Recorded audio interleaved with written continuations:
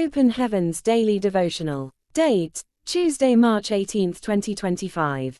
Topic: The Lord of Hosts. Memorize. As for our Redeemer, the Lord of Hosts is his name, the Holy One of Israel. Isaiah 47:4. Read Isaiah 51:15-16 KJV. 15 But I am the Lord thy God, that divided the sea, whose waves roared, the Lord of Hosts is his name.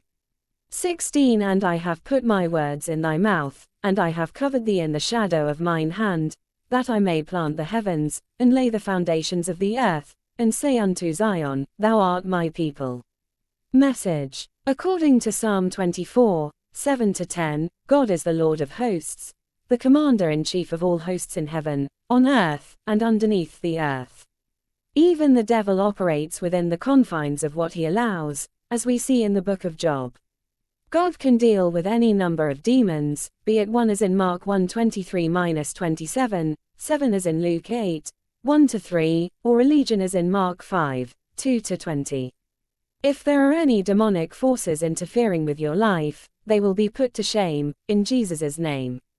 I used to say that the Lord of Hosts never loses a battle, but recently, he corrected me and said, Son, I can choose to lose a battle to win a war.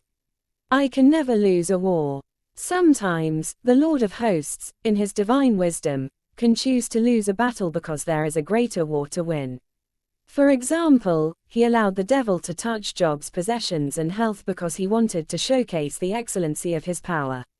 In another example, Pharaoh's magicians did the same things Moses and Aaron did when they first confronted Pharaoh. However, it got to a point where they were terrified and declared, This is the finger of God. Exodus 8:19. God permitted Pharaoh to remain stubborn so that he could reveal his mighty hand, Romans 9:17. While Stephen was being stoned, Saul watched, and the devil rejoiced. The devil must have thought that he had won when he eliminated Stephen, not knowing that the agent he used to oversee the task would later become a major general in God's army. God had a bigger picture. He planned to use Saul to wreak great havoc on the kingdom of hell, and he succeeded. The Lord of Hosts wins every war. No matter how terrible things get, when he steps on the scene, everything will align in favor of his beloved children. No wonder Paul said, And we know that all things work together for good to those who love God and who are the called according to his purpose, Romans 8:28. Beloved, the Lord of Hosts isn't just the mighty man in battle, he is also the only wise God, 1 Timothy 1:17.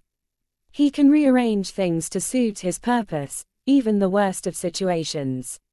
Trust him to use whatever unpleasant situation that exists in your life for your good and for his glory. Key point: the Lord of Hosts never loses a war, he arranges everything to suit his purposes. Hymn: Praise to the Lord, the Almighty, the King of creation.